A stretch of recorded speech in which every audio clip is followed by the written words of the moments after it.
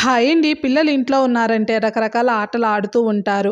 వాళ్ళకి మనం చాలా రకాల టాయ్స్ కూడాను కొని తెస్తూ ఉంటాం. కానీ మన చేతులతో మనమే ఒక మంచి టాయ్‌ని వాళ్ళకి చేసిచ్చామనుకోండి, వాళ్ళెంత హ్యాపీగా ఫీల్ అవుతారో ఆలోచించండి.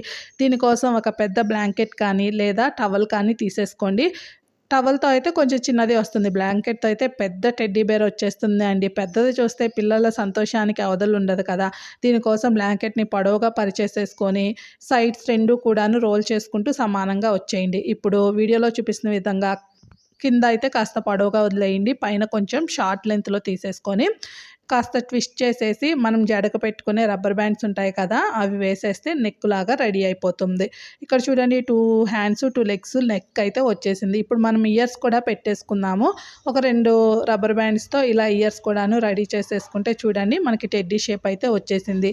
దీనికి ఐస్ కోసము పేపర్‌ని రౌండ్‌గా కట్ చేసి బ్లాక్ మార్కర్‌తో కానీ, స్కెచ్‌తో కానీ ఇలా వేసేసి ఐసు, చిన్న నోస్ కూడాను రెడీ చేసేసుకుందాము.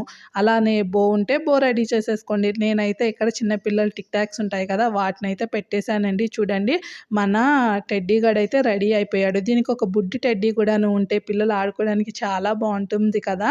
ఇలాంటివి ఆడపిల్లలు ఆడుకోవడానికైతే చాలా ఇష్టపడతారండి. మమ్మీ టెడ్డీ, బేబీ టెడ్డీ సూపర్‌గా ఉంది కదా! పిల్లలైతే చాలా ఎంజాయ్ చేస్తారు. మీకు నచ్చితే ట్రై చేసి ఎలా అనిపించిందో కామెంట్ చేసి, లైక్ చేసి, సబ్స్క్రైబ్ చేయండి. Thank you.